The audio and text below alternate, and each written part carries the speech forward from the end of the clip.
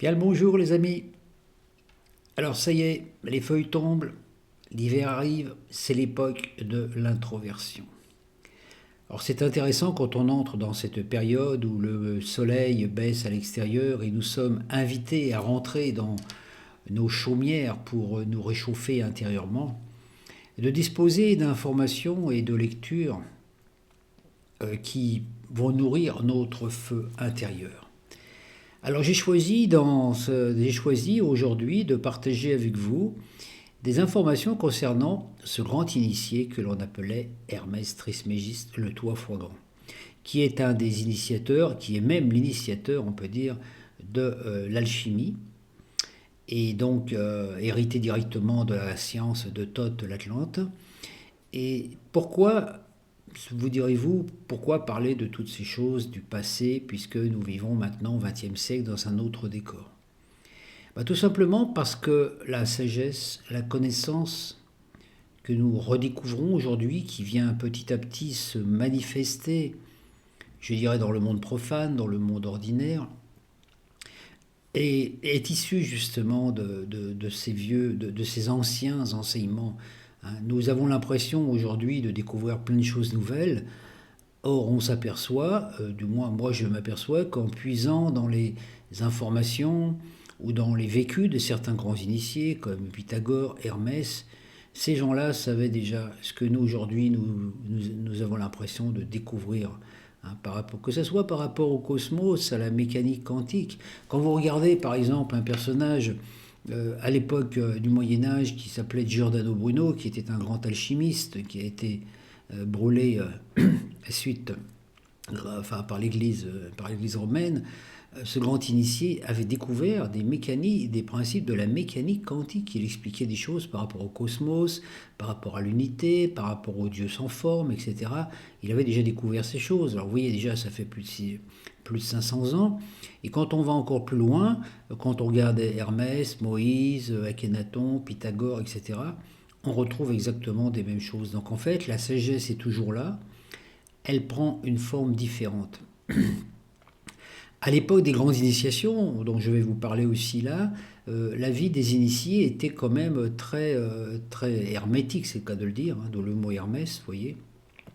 Hein, puisqu'il y avait toute une connaissance, il y avait des années et des années d'initiation dans des temples pour découvrir des choses, pour apprendre un savoir qui après devenait une connaissance, qui allait devenir une sagesse, puisque le but c'était aussi de l'infuser dans la société, dans la relation. Or, à l'époque, les humains qui vivaient en Égypte et en Grèce n'étaient pas tous prêts à accéder à cette connaissance. Alors il y en a beaucoup parmi d'entre vous qui ont été initiés dans ces époques. Or, à cette époque, quand on avait une initiation dans un temple, on ne pouvait pas la révéler aux profanes à l'extérieur comme ça facilement. On avait des serments, des serments de silence à respecter, qu'on le retrouve aussi dans certains gros enseignements plus tard, comme par exemple l'enseignement chez les Templiers, etc.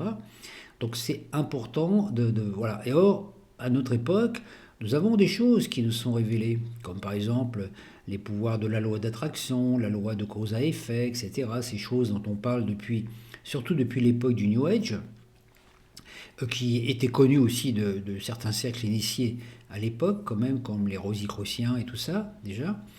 Et petit à petit, nous apercevons que nous pouvons avoir accès on peut dire, dans la masse populaire, à ces informations qui, dans le temps, étaient réservées aux initiés.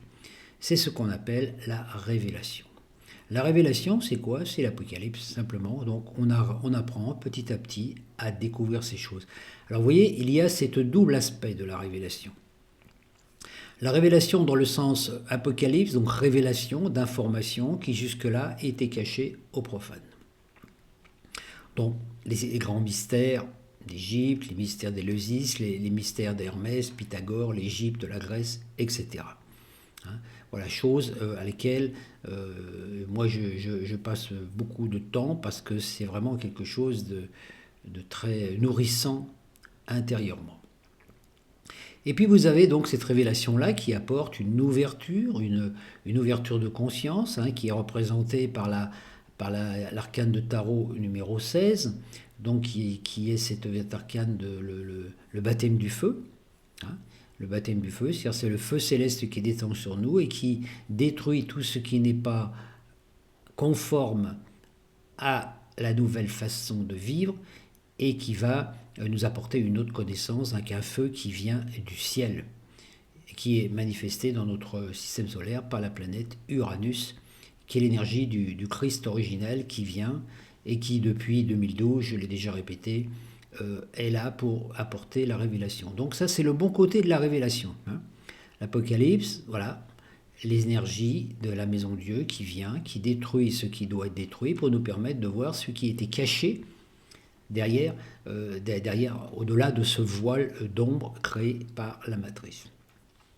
Et puis vous avez l'autre côté de la révélation, hein, c'est la révélation aussi naturellement à notre époque aussi un petit peu de toutes les magouilles, de tous les mensonges, de toutes les fausses informations dont nous avons été imbibés depuis le début depuis la fin de l'Atlantide en fait. Hein, petit à petit, il y a toujours eu des grands mensonges qui ont été véhiculés par certains courants, que ce soit politiques, religieux ou autres, et qui font que ces révélations sont là. Alors aujourd'hui, il y a beaucoup de révélations qui sont faites par les vidéos, Internet. On vous raconte un petit peu tout ce qui se passe concernant différents sujets. Voilà, la maltraitance de la femme, la maltraitance des enfants, etc. Toutes ces choses, les magouilles politiques, toutes ces choses aussi en relation avec les guerres, etc. Comment je vais dire,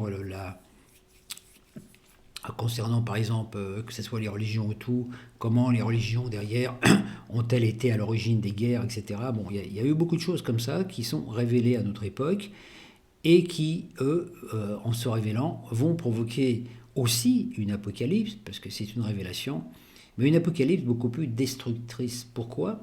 Parce que quand la révélation est faite, quand on s'aperçoit qu'il y a des gens qui nous ont menti depuis des millénaires, etc., on entre en réaction contre ça. Donc on utilise une partie de notre énergie pour lutter contre ça, on veut détruire un petit peu ces personnes qui ont manipulé, etc.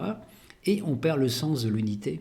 On perd conscience du fait que ce que nous reprochons aussi au système, ce que nous reprochons au monde, puisque à l'extérieur, en disant « Ah oui, on nous a fait ceci, on nous a menti, on nous a manipulé, etc. » Moi, la question principale, ce que je me suis posée, à un moment aussi, c'est qui ce « on » ? Et ce « on », c'est le collectif, et le collectif, on en fait partie. Donc aujourd'hui, nous avons, et ça c'est un petit peu le travail de la rétribution karmique, souvent on condamne chez les autres ceux qui nous dérangent le plus. Comme on dit, on voit la poussière chez l'autre, mais on ne voit pas la paille qui est dans notre œil quelque part. Donc ce qui nous dérange le plus chez les autres, c'est parce qu'il y a une correspondance, répondance à l'intérieur de nous. Hein, et que nous avons tous été un jour ou l'autre participants à ce monde. Nous avons peut-être voté des lois, certains d'entre nous ont eu des pouvoirs dans des vies passées, et chaque fois qu'une action a été engagée, il y a eu des conséquences, chaque cause a un effet, et ces conséquences, nous les vivons aujourd'hui. Donc nous sommes aujourd'hui dans le monde, et le monde auquel nous avons participé. Donc ça ne sert pas à grand-chose de se battre contre des choses, que ça perpétue la lutte et le combat, alors que notre but, c'est de trouver la paix pour créer un autre monde. Donc vous voyez, alors moi c'est vrai que c'est difficile de prendre conscience de ça, c'est que les choses qui nous dérangent le plus chez les autres sont les choses qui ont une répondance pour nous, en nous. Pourquoi ? Tout simplement parce que la personne ou la situation à laquelle nous sommes confrontés nous révèle quelque chose qui dérange quelque chose dans notre âme, dans notre inconscient, qui était là, et que la personne en face, en fait, nous révèle quelque chose du passé que nous, on n'a pas envie de voir. Par exemple, quand on voit un politicien manipulateur et qu'on éprouve vraiment beaucoup de haine contre lui, etc., parce qu'il nous dit, voilà, etc., parce qu'on dit, ah oui, c'est de sa faute si je suis pauvre, etc., tout ça, enfin, peu importe. C'est pourquoi ? C'est parce qu'il nous renvoie à l'image de quelque chose que l'on a peut-être certainement été dans une vie passée, et notre ego ne veut pas réveiller ce souvenir. Donc vous voyez, c'est pour ça que c'est très important d'arriver à comprendre cette notion d'effet miroir. L'effet miroir, c'est ça. On voit chez les autres les choses qui nous dérangent. Et les choses qui ne nous dérangent pas sont celles qui ne nous concernent pas. Donc voilà, on fait partie du monde. L'énergie christique ou l'énergie d'amour doit être universelle et prendre conscience que tous les êtres vivants, quels qu'ils soient, sont tous issus de la source. Bon, certains sont recouverts de zones d'ombre, mais l'ombre ne fait que cacher, que voiler la lumière et ne fait pas.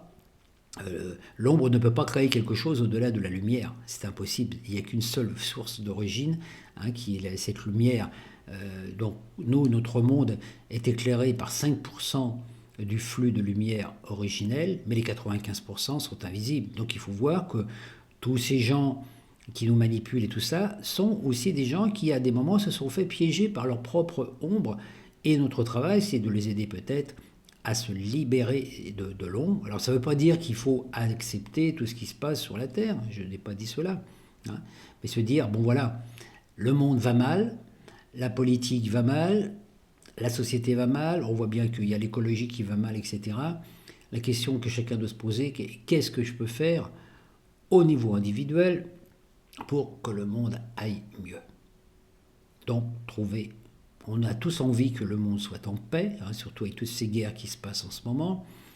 On se rend bien compte que tous les problèmes qui existent actuellement, par exemple sur la terre d'Israël, sont liés à des convictions religieuses uniquement. Tous ces êtres sont nés sur la même terre.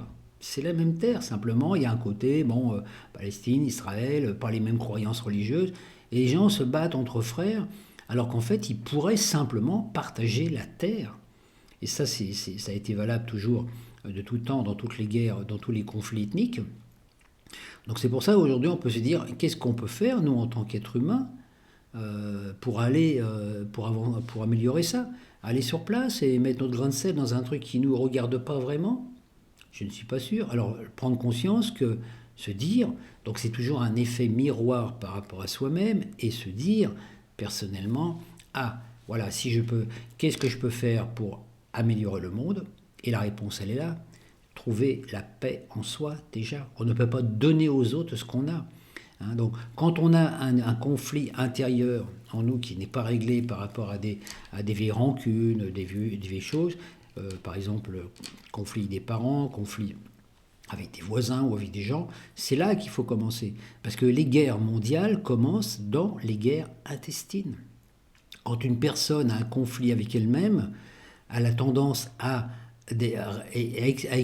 on peut dire, à projeter ce conflit dans son entourage proche, la famille, les parents, les voisins, les amis, le village où elle vit, la ville, etc. Petit à petit, naturellement, ça fait le conflit s'amplifie.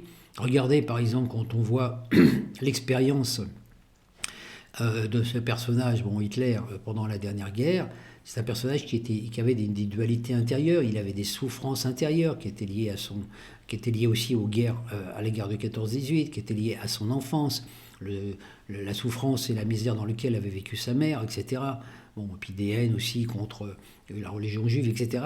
Et regardez ce que ça a déclenché. Donc la question de se dire, c'est si je veux que le monde aille mieux, si je veux apporter un mieux-être à ce monde, il faut déjà que je commence à régler mes conflits intérieurs. Donc nous, chaque être humain a l'ombre et la lumière en lui, et c'est difficile de trouver la paix, puisque nous vivons dans un monde où il y a sans arrêt un équilibre et un déséquilibre. L'univers est créé sous le signe de la balance, vous voyez, et la balance, c'est ce qui permet, toujours trouver le juste équilibre entre le bien, le mal, entre les choses, et c'est ça qui permet à l'univers de perdurer, puisque ce mouvement de déséquilibre qui tend vers un équilibre, c'est ce qui permet à l'énergie de créer. Donc on peut dire autrement, c'est statique. Quand c'est statique, il n'y a plus rien qui bouge. Donc c'est pour ça que j'ai choisi dans cette vidéo, puis peut-être qu'il y en aura d'autres, parce que ce sera peut-être plus long que j'ai pensé. Il y a cette idée, justement, de dire allons chercher la paix à l'intérieur de nous et retrouvons le véritable trame de la véritable révélation. Parce que quand on a découvert la véritable révélation, tout change. Vous voyez, quand on voit, par exemple, qu'un personnage comme Pythagore, dont on connaît juste le théorème qu'on nous apprend à l'école, était un grand initié qui avait créé un collège de grands initiés qui dirigeait la Grèce à une époque de prospérité de la Grèce, et que son œuvre a été détruite par des politiciens par la suite, notamment des démocrates, et puis que la Grèce, après, est tombée dans l'oubli, etc., à cause, disons, sa sagesse, elle a perdu sa sagesse. Et oui, ces gens-là qui ont créé des choses extraordinaires à l'époque. Or, nous sommes loin d'être dirigés en plus par des collèges de grands initiés. Grands initiés en politique, oui, mais pas tellement équilibrés dans le domaine sagesse, humour, amour, respect de l'humanité, respect de la masse, prendre conscience que nous sommes tous un, et que certains ont des capacités peut-être pour faire des choses, pour organiser, pour structurer, pour diriger, mais que jamais une personne ne doit être mis en idolâtrie et puis dire ah là tout le monde se soumet, parce que en fait c'est ce qu'on cherche. Et c'est vrai que quand on recherche à avoir un président de la République par exemple parfait, c'est qu'on recherche quelqu'un pour nous gouverner. C'est parce qu'on prend conscience qu'on n'est pas capable de s'auto-gouverner tout seul. Donc voilà, il y a des... Alors ouais, je vais vous lire déjà là pour commencer un appel aux initiés qui est extrait du livre des morts d'Hermès. Donc, voilà. Ô âme aveugle, arme-toi du flambeau des mystères, et dans la nuit terrestre tu découvriras ton double lumineux, ton âme céleste. Suis ce guide divin, et qu'il soit ton génie, car il tient la clé de tes existences passées et futures. Écoutez en vous-même et regardez dans l'infini de l'espace et du temps, le retentissement, le chant des astres, la voix des nombres, l'harmonie des sphères. Chaque soleil est une pensée de Dieu. Chaque planète est un mode de cette pensée. C'est pour connaître la pensée divine, ô âme, que vous descendez et vous remontez péniblement la route des 7 planètes et de leurs 7 cieux.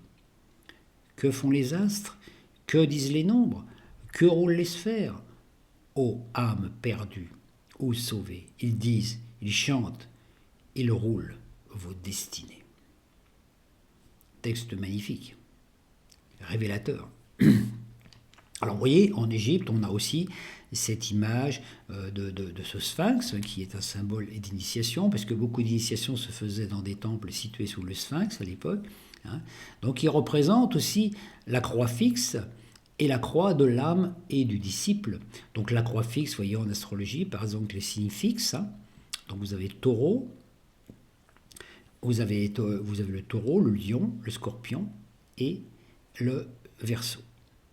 Le taureau représente le corps de taureau, la terre, qui nous invite au sacrifice du désir sexuel en désir supérieur. Le lion, les griffes de lion, symbole du feu, sacrifice de l'ego pour la réalisation du soi, du feu solaire. Les ailes d'aigle, le signe du scorpion, qui est l'énergie de l'eau, sacrifice du principe d'attraction émotionnelle qui nous maintient prisonniers de l'illusion. Et la tête d'homme, qui représente une tête un peu de femme, Verseau, une femme androgyne, symbole de l'air, sacrifice de la vie individuelle au profit de la vie universelle. Le Verseau, la fraternité, la solidarité, être capable de vivre ensemble malgré nos différences, donc on peut dire l'amour universel. Et l'amour universel contient tous les êtres vivants sur la Terre. Que ce soit les bons ou les méchants, tous, sans exception. Donc quand on voit un être humain, son comportement, on peut ne pas être d'accord avec son comportement, etc. Et puis bon, l'empêcher peut-être aussi de faire des choses qui ne sont pas bénéfiques pour le tout, mais en même temps, arriver à percevoir que cet être-là, il est animé par une étincelle divine. S'il n'avait pas une étincelle divine, il ne serait pas vivant. Et vous voyez toute la différence justement avec la science, la religion, etc. C'est que la science, par exemple, pense que le cerveau crée la conscience, or que c'est le contraire. C'est la conscience supérieure, la conscience de vie qui crée le cerveau qui va lui servir de décodeur. Et comme certains principes religieux aussi croient que c'est l'homme qui, par ses efforts de volonté, d'action, se crée une âme. C'est complètement faux, c'est le contraire. C'est l'âme qui crée le corps. Votre corps physique est une densification d'une partie de votre âme, que votre âme a choisi de densifier pour pouvoir faire l'expérience de ce monde, puisque quand on veut participer à un monde, il faut avoir une corporalité qui est adéquate à ce monde. On ne peut pas agir dans un monde quand on n'est pas inséré dans celui-ci. Donc nous, c'est le prix que nous avons payé. Nos âmes ont choisi d'être dans ce monde, d'être dans un corps avec toutes les parties lumineuses et ombres de celui-ci, pour que nous puissions agir dans ce monde. Si nous étions restés dans le monde angélique, nous ne pouvons pas agir dans ce monde. Nous n'en avons pas le droit. C'est pour ça que les êtres de lumière, angéliques, supra-angéliques, etc., nous infusent des informations pour que nous puissions avoir des comportements qui sont en adéquation avec ce qu'ils nous disent pour pouvoir modifier le monde. Mais eux ne peuvent pas le faire directement. Il n'y a jamais de sauveur extérieur, ce n'est pas possible. C'est pour ça que Jésus, lui, a fait un travail énorme du sacrifice de son ego pour laisser passer la pensée divine à travers lui, pour nous donner des informations, pour participer à notre propre attention. Mais il nous a apporté le message salvateur, nous montrant ce qu'il fallait faire pour être sauvé, mais il ne peut pas nous sauver à partir de l'extérieur. Voilà. Donc c'est important de prendre conscience que nul esprit humain ne peut concevoir, définir Dieu. Ce qui est incorporel ne peut être défini. Dieu est infini, il ne peut pas être défini. Dieu est le trois en un. Le Père, le Mère, le Fils, indissociable, omniprésent, ineffable, insondable, jamais né et ne peut être limité en aucune forme ou en aucune idole. 5000 ans avant notre ère, Rama a allumé la lumière en Iran qui a rayonné sur l'Égypte et qui devint la loi de Amon-Ra. En Assyrie, le gouvernement a dirigé le clergé. En Égypte, c'est le contraire. Les pharaons étaient des grands initiés. 2000 ans avant Jésus, les Phéniciens ont envahi l'Égypte, semant la dissension, mais l'âme spirituelle structurée en tant que corps d'initiés dépositaire de la science originelle s'est ramassée sur elle-même pour résister à l'ennemi. Dans la période de Ramsès, 1300 ans avant Jésus, ce fut l'époque de Moïse et d'Orphée en Grèce. La vérité ésotérique doit être protégée, tout initié est donc soumis à des épreuves. Il doit prêter serment de silence pour ne pas divulguer les secrets qui, entre les mains des profanes, seraient dangereux. La conception de l'homme dans la science égyptienne, l'unité entre le corps, l'âme et l'esprit. Aucune dissociation entre l'éducation du corps, de l'âme et de l'esprit. Un initié, pour atteindre la maîtrise, l'homme doit vivre une mort, une allégorie, voir l'histoire du démembrement d'Osiris, suivie d'une résurrection Horus. Donc il faut désapprendre ce qui nous a déformés pour apprendre ce qui nous doit nous informer. En utilisant simultanément la volonté, l'intuition, le raisonnement jusqu'à développer son plein potentiel, l'homme peut atteindre la perception directe. S'ouvrir les routes de l'au-delà, vaincre son destin. Seul celui qui commande à lui-même peut commander aux autres. Seul celui qui est libre peut affranchir. Seul celui qui atteint la maîtrise peut indiquer et initier et enseigner. Il devient un voyant et un créateur d'âme. Voilà donc aujourd'hui le premier volet de cette série et je vous invite à suivre la suite, du moins si ça vous intéresse. Je vous souhaite une bonne journée, à très bientôt.